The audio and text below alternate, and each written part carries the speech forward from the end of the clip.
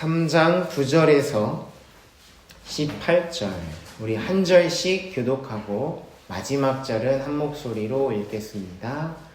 3장 9절에서 18절까지 말씀입니다.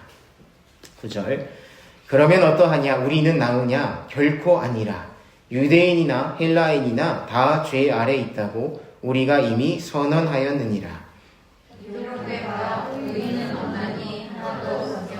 깨닫는 자도 없고 하나님을 찾는 자도 없고 다 치우쳐 그의 부익하게 되고 성령을 행하는 자는 없나니 하나도 없도다. 그들의 목구멍은 열린 무덤이요 그 혀로는 속임을 일삼으며 그 입술에는 독사의 독이 있고 그 입에는 저주와 악독이 가득하고 그 발은 피 흘리는데 빠른지라 파멸과 고생이 그 길에 있어 평강의 길을 알지 못하였고 18절 같이 한 목소리로 읽겠습니다. 시작.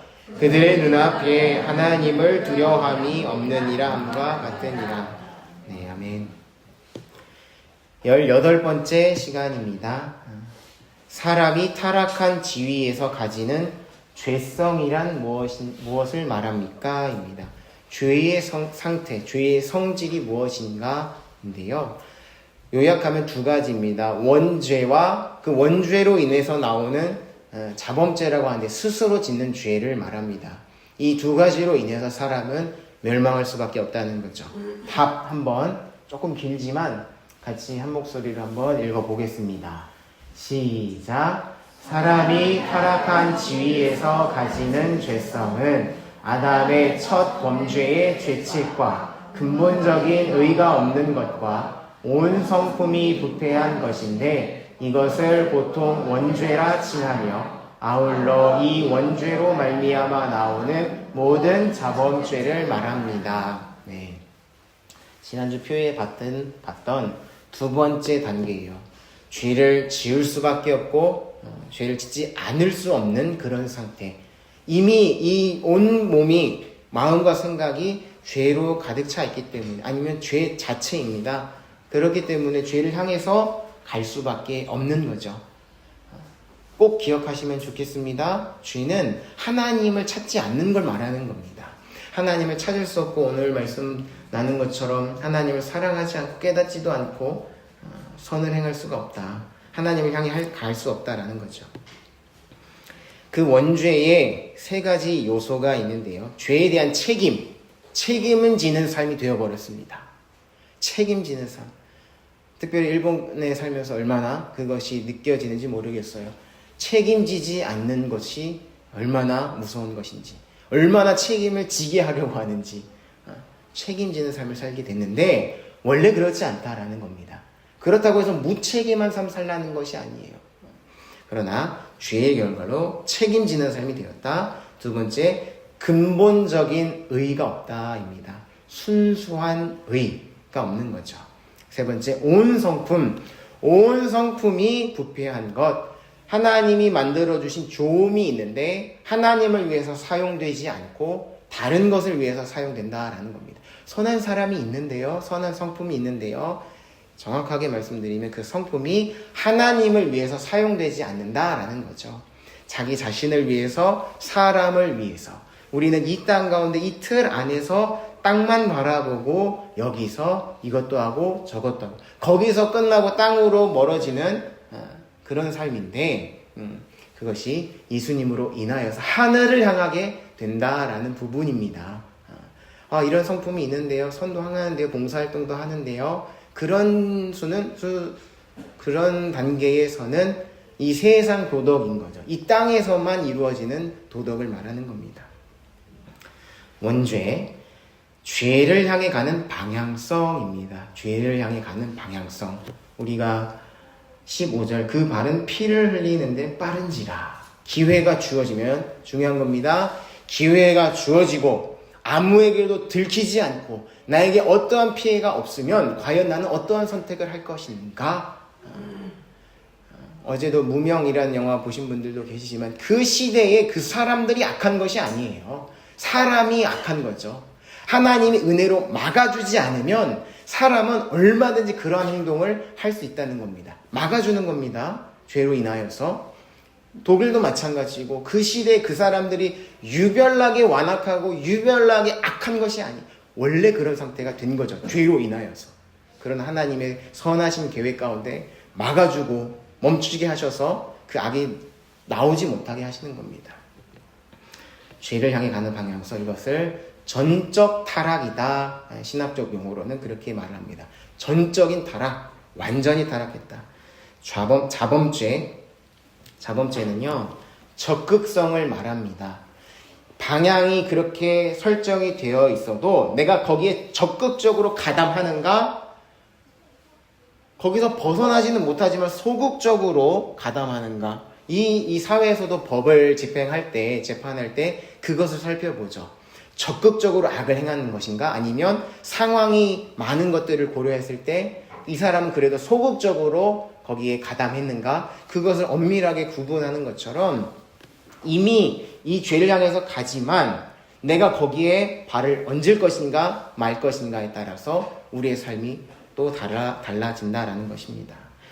모든 사람이 타락하였고 타락으로 말미암아 죄와 비참한 처지에 떨어졌다라고 했습니다.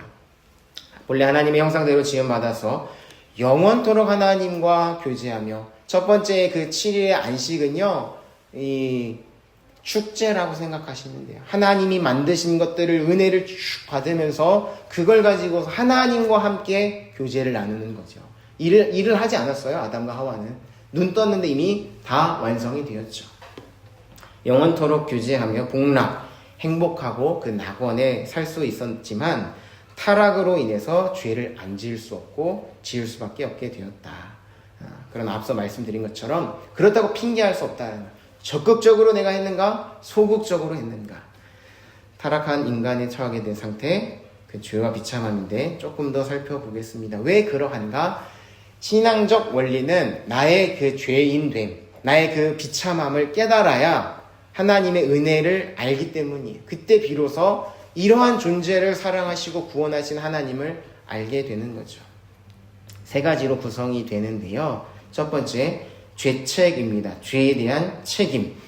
사람이 행동하는 모든 행동에 대해서 책임지는 삶이 되어버렸다라는 것입니다. 본래는요, 그런 삶이 아니에요. 수고한 만큼 거두고 행동에 책임지는 삶, 그런 삶이 아닙니다. 특별히 정산하듯이 엄격하게 그 사람의 행동과 어떤 행위를 파악해서 정산하듯이 책임지는 그런 삶이 아니었다라는 거죠. 넘치는 선물로 더 좋음이 되도록 적극적으로 은혜를 활용하는 삶이었어요. 실수해도 뭔가 일이 좀 잘못돼도 거기다가 책임을 묻는 것이 아니라 더 잘 할 수 있도록 지원을 받는 그런 것이 본래의 하나님이 만드신 원리다라는 겁니다. 그래서 어떤 스포츠팀이나 연구소를 생각하시면 됩니다. 스폰서십이나 파트너십이 있어서 재정적으로 환경적으로 계속 지원하는 거죠. 마음껏 연구해 보십시오. 뭐 중간에 실수해도 괜찮아요. 그러나 우리는 당신을 믿고 끝까지 지원하겠습니다. 비용이 얼마가 되든 상관이 없으니까 우리는 계속 지원할게요. 마음껏 당신의 그 역량을 발휘해 보십시오. 그게 원래 에덴 동산의 모습이라는 거죠. 하나님 좋은 모든 것들을 주시고서 그 은혜를 활용하는 것, 하나님의 사용하는 것, 실수한다고 일을 망친다고 책임 무는 그런 삶이 아니었는데 죄로 인해서 이제는 항상 책임이 뒤따르는 그런 삶이 되었다라는 것입니다. 냉정하게 평가받고요, 행동을 엄격하게 결산하는 삶, 그것이 바로 죄책인 것입니다. 몇 가지의 선한 행동을 하고 스스로 의롭다고 생각해도 하나님 기준에는 우리도 마찬가지예요. 10가지 잘해도 한 가지 잘못하면 그 한 가지가 평생 가는 거죠. 그때 왜 그랬어? 그때 왜 이렇게 했어? 하나 잘못하면 그게 다 망가지는 것처럼, 이 한 번의 실수로 망가지는 것처럼 아담 안에서 모든 사람이 죄를 지었으므로 그에 따라서 이제는 책임지는 삶을 살게 된 것입니다. 그 책임은요, 죽음이에요. 다른 것으로는 만회할 수 없습니다. 죄의 값은 책임, 사망으로서 모든 사람이 죽어서 영원히 멸망받는 것이죠. 그러나 다른 한편으로 그리스도 예수 안에 있는 자에게는 결코 정죄함이 없다라고 말씀합니다. 그런 책임지는 삶에서 벗어났다라는 겁니다.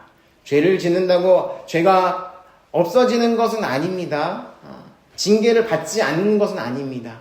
그러나 이 하나님의 자녀에 대한 은혜가 무엇인가 하면 징계가 없는 것은 아니지만 예를 들어서 열에 대한 그 죄를 지었으면 열에 대한 징계를 받는 것이 공평하고 정의로운 거죠. 그러나 이 세상은요, 하나 잘못하면 하나만 갚아주는 게 아니라 2배, 3배로 갚아줘야 속이 풀리는 그런 사회이죠. 그래서 하나님은 하나 잘못하면 하나만 하셔도 괜찮은데 성도에게는 그것을 감해주는 은혜가 있습니다. 10가지를 잘못해서 10가지에 대한 징계를 받는 것이 아니에요. 하나님이, 왜냐하면 예수님이 다 받으셨기 때문에 그 징계와 고난과 비난과 조롱과 죽임을 다 당하셨기 때문에 이미 받은 자로서 하나님을 알게 하려고, 깨닫게 하려고 조금 징계를 주시는 것 뿐이지 거기에 해당한, 상응하는 그 죄에 대한 책임을 지지 않는 거죠. 불공정한 거 아닌가요? 라는 생각이 들죠. 들죠. 그러나 예수님이 다 받으셨다라는 겁니다. 그래서 허물이 가리워진 자가 복이 있다. 죄의 사함 받은 자가 복이 있다라고 말씀을 하는 겁니다. 저주의 죽음과 형벌이 없고요. 징계가 있어도 거기에 상응하는 그대로 받지 않아요. 내가 이만큼 잘못한 건 본인이 아는데 거기에 따라서 징계를 받지 않기 때문에 이거 몸둘 바를 모르는 거죠. 그거 알면. 내가 원래 이만큼 큰 실수를 하고 큰 잘못을 했는데 하나님은 어떻게 이렇게 또 용서해 주시고 이만큼만 징계하시는가.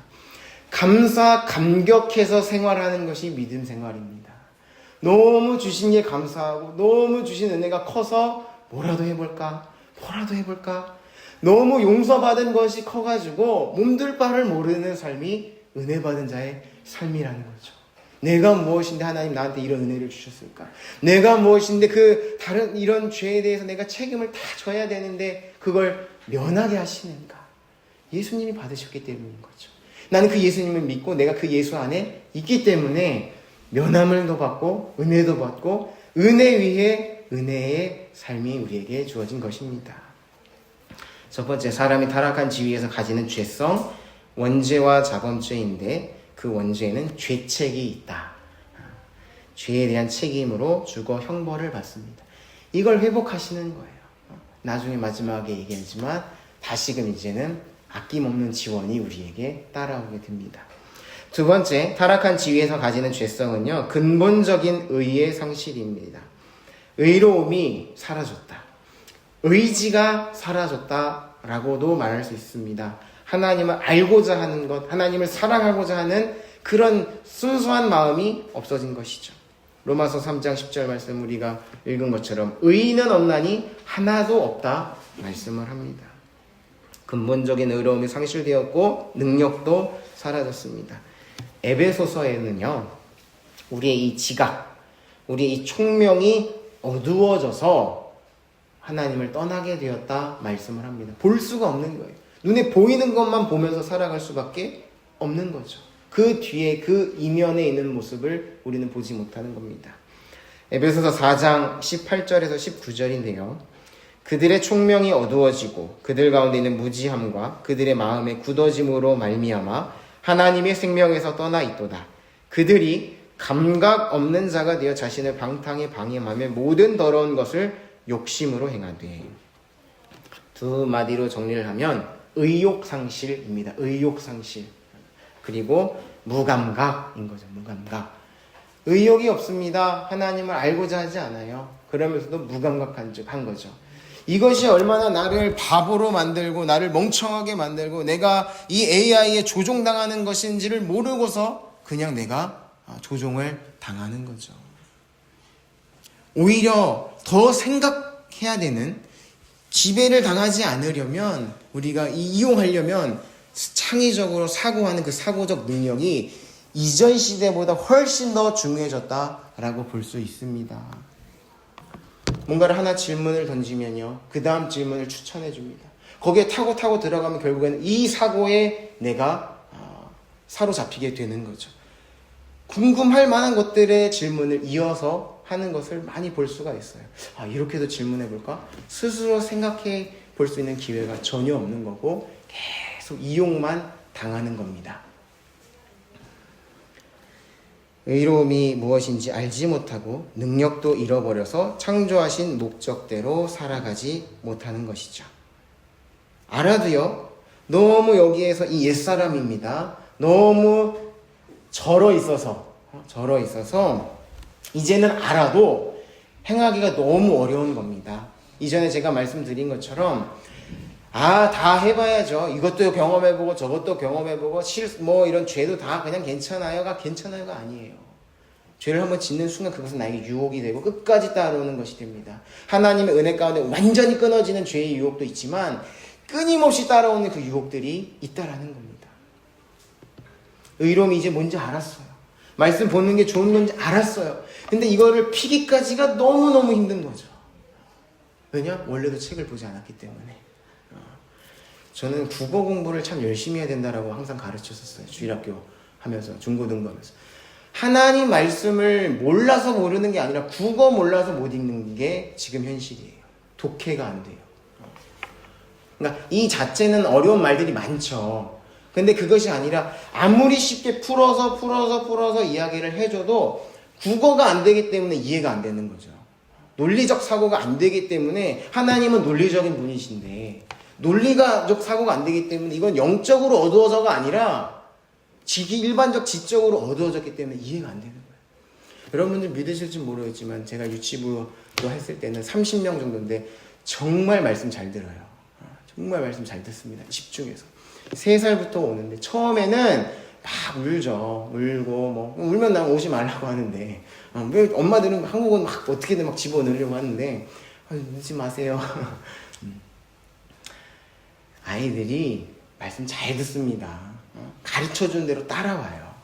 우리가 너무 쉽게 편하게 하려고 수고를 좀 안 하려고 하다 보니까 핸드폰 주게 되고 뭔가 이거 보게 하게 하고 우리도 마찬가지죠. 잠깐의 시간 뭔가 지루하니까 바로 핸드폰 열어서 뭔가 또 우리 젊은 청년들은 정보에 대해서 빨리 알아야 되니까 얼마나 정보를 많이 공부를 해요. 그 틈틈이를.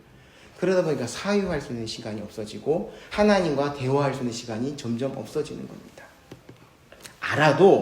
이젠 알아도 이거 피는 거, 글자 읽는 게 너무 어려워진 것입니다.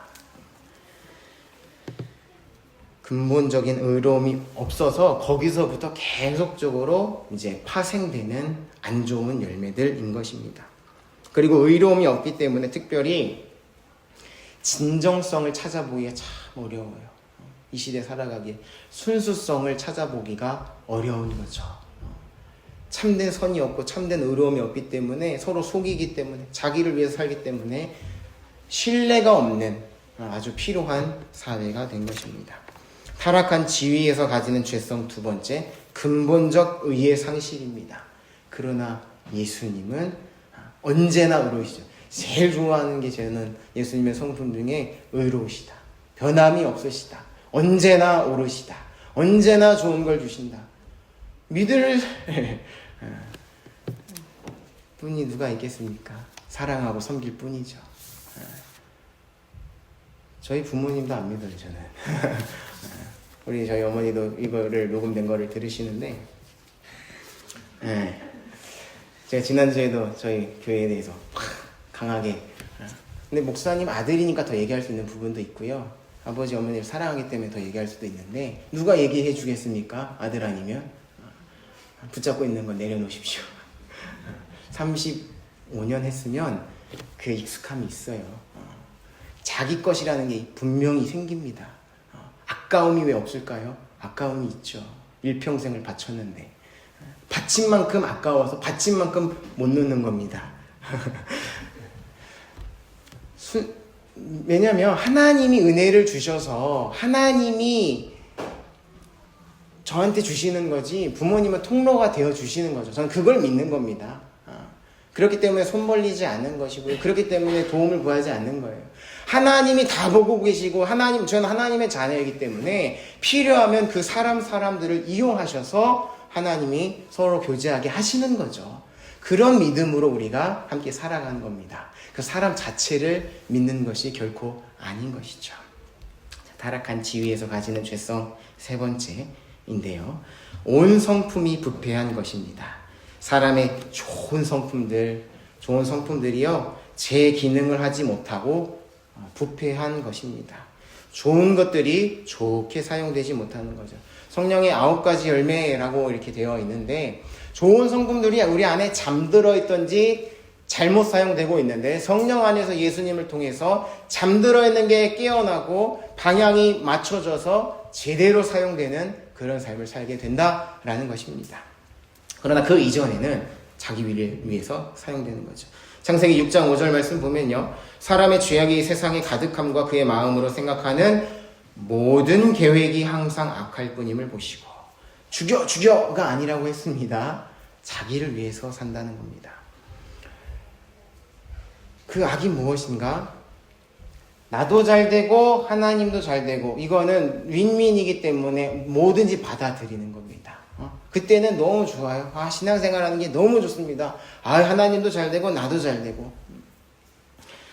그런데 나는 안 되고 하나님은 잘 되고 할 때 우리가 그것을 어떻게 받아들일까입니다.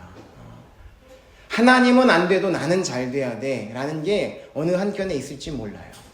하나님만 잘 되면 좋습니다. 저는 이 땅 가운데 잠깐 살아가니까 잘 안 돼도 좋습니다 라는 고백이 정말 우리 가슴 가운데 나오는가? 하나님이 잘 되고 나도 잘 되기 때문에 하나님 더 잘 되라고 하는 거 아닌가? 사람의 모든 계획이 악하다는 것은요, 나로 가득 찬 것을 말씀합니다. 이것은 결코 사람의 제일된 목적이 아닌 거죠. 하나님을 영화롭게 하고 영원토록 그를 즐거워하는 것, 하나님만 높이는 삶, 하나님만을 위하는 삶, 그런 삶으로도 우리는 충분하다라는 것입니다. 왜 그러한가 하면 하나님이, 이거는 좀 신성모독이 아니라 하나님이 나를 위해 살고 계시기 때문이라고 말씀드릴 수 있어요. 그렇기 때문에 나는 나만 보지 않아도 되고, 어떤 사람만 보지 않아도 되고, 하나님 위해 살아갈 수 있다라는 것이죠. 그래서 고난까지도 받을 수 있다라는 말씀입니다. 빌립보서 1장 29절 말씀 보면요, 그리스도를 위하여 너희에게 은혜를 주신 것이라고 말씀합니다. 하나님을 위해서 우리가 은혜를 받았다. 그러니까 너는 평생 종처럼 살아가 아니에요. 그리스도를 위하여 너에게 은혜를 주신 것은 다만 그를 믿을 뿐 아니라 또한 그를 위하여 고난도 받게 하려 하심이라 라는 말씀이 있어요. 하나님 섬기면서 좋은 거 받을 때도 있지만 그렇지 않은 때도 있습니다. 그런데 이건요, 웬만하면 그렇게 오지 않습니다. 정말 하나님의 특별한 손길과 섭리가 아니면 하나님으로 인해서 오는 고난은, 하나님이 허락해 주신 고난은 없다라는 거예요. 하나님 왜 그런 일을 하시겠어요? 우리도 자녀들에게 좋은 것만 주시지, 특별한 무엇인가를 얻게 하기 위하여서, 특별한 성장을 위하여서 정말 하나님의 섭리 가운데 적은 소수로 고난을 주시는 거죠. 그런데 그래도 그것을 우리가 두려워하지 않을 것은 고린도후서 5장 14절 말씀 보면요, 고린도후서 5장 14절 15절인데, 그리스도의 사랑이 우리를 강권하시는도다. 우리가 생각하건대 한 사람이 모든 사람을 대신하여 죽었은즉 모든 사람이 죽은 것이라. 그가 모든 사람을 대신하여 죽으심은 살아있는 자들로 하여금 다시는 그들 자신을 위하여 살지 않고 오직 그들을 대신하여 죽었다가 다시 살아나신 이를 위하여 살게 하려 함이라. 이렇게 말씀을 합니다. 우리를 살리기 위하여서, 우리를 위하여서 죽기까지 하신 분이 계시기 때문에 우리는 우리를 위하여 더 이상 살지 않아도 된다. 하나님 목적은 하나님을 위해서 살게 하신 것이다. 그래도 걱정이 없다, 두려움이 없다, 돌보지 못할까봐 염려가 되죠. 믿음 생활하다가 내가 제대로 돌보지 못해서 손해나지 않을까 걱정이 되죠. 그러나 하나님은 우리를 위해서 죽으시고 우리를 위해서 살아나셨다. 우리를 위해서 살고 계신 분이 하나님이시기 때문에 우리는 두려움 없이 하나님 위해서 살 수 있고, 아낌없이 남김없이 주님 위해서 살 수 있고, 또 하나님이 건져주신 은혜도 경험할 수가 있다라는 것입니다. 그래서 너무 감격해서 뭐라도 해보려는 움직임이 있는 거죠. 그러나 사람의 죄성은 자기만 보게 합니다. 나만 보게 해죠. 자기가 갖고 있는 그 주변에 있는 것만 보게 하는 것이 죄성입니다. 원죄 세 가지, 죄책, 근본적인 의의 상실, 모든 성품이 부패한 것. 그리고 이 원죄를 바탕으로 사람은 적극적으로 자발적으로 악을 행하며 살아가고 있다라고 했습니다. 이러한 이 사망의 몸에서 건질 자, 나만 보고 나만 생각하고 나를 위해서 사는 이러한 존재를 위해서 생명을 내놓은 신이 도대체 어디에 있냐라는 질문을 우리가 좀 해보면 좋을 것 같아요. 수많은 신이 있다라고 하는데, 정말 많은 신이 있다라고 하는데, 사람의 존재는 이러한데, 이 사람 살리기 위하여서 생명을 죽고 산 그 신이 과연 어디에 있는가? 우리가 생각해 볼 때 모든 것을 만드신 하나님이 만드셨고 하나님이 시작하셨기 때문에 하나님이 끝까지 하나님이 데려가시고 하나님이 일하시는 것입니다. 하나님이 하셨기 때문에 하나님이 끝까지 가는 거죠. 모든 사람을 대신하여 죽으시고 살아나신 예수님밖에 없습니다. 한 구절 좀 읽어보고 좀 마치겠는데요. 5장 7절에서 8절입니다. 로마서 5장에서 7절 말씀. 한 목소리로 한번 읽어보면 좋을 것 같은데요. 로마서 5장 7절에서 8절입니다. 시작. 의인을 위하여 죽는 자가 쉽지 않고 선인을 위하여 용감히 죽는 자가 혹 있거니와 우리가 아직 죄인 되었을 때에 그리스도께서 우리를 위하여 죽으심으로 하나님께서 우리에 대한 자기의 사랑을 확증하셨느니라. 아멘. 뭔가 대단한 사람이라는 것을 알고 그 가치를 발견하면 생명 거는 일 많이 있습니다. 이 땅 가운데서도. 뭔가 훌륭한 분, 어떤 그 가치를 알고서 가능성을 보고서 목숨을 거는 일들이 있죠. 그러나 죄인이 되었을 때라는 것은 이 사람은 아무것도 몰라요. 아무 소망이 없어요. 그냥 가만히 두면 죽어 멸망하는데 그것을 위해서 죽는 사람, 그것을 위해서 죽는 신은 아무도 없다. 예수밖에 없다라고 말씀하십니다.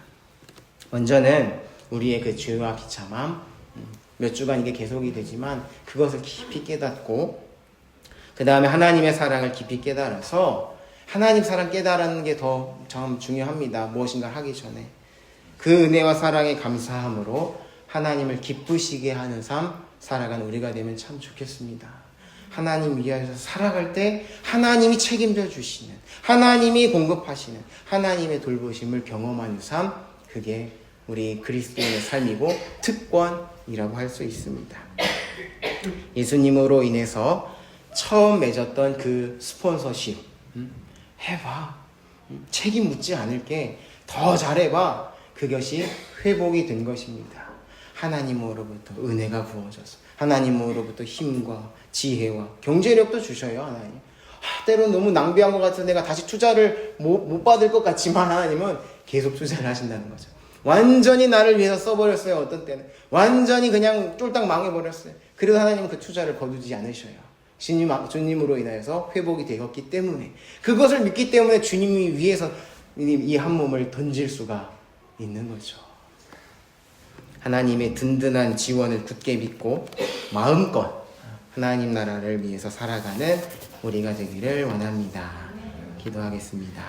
하나님, 우리의 이 죄성이 얼마나 큰지, 죄책과 근본적인 의의가 없는 것, 또 온 성품이 부패한 것 살펴보았습니다. 이로 인하여서 우리는 자기를 위해서 살아갈 수밖에 없는데 예수님 보내주셔서 대신 그 모든 죄를 짊어지시고 죽으시고 부활하시는 것을 통하여서 원래의 그 관계 회복시켜 주신 것 감사합니다. 하나님 사랑이 얼마나 크고 놀라운지를 깨달아서 그 은혜로 다시금 주님 위하여 살게 하여 주옵소서. 감사드리며 예수님 이름으로 기도하옵나이다. 아멘.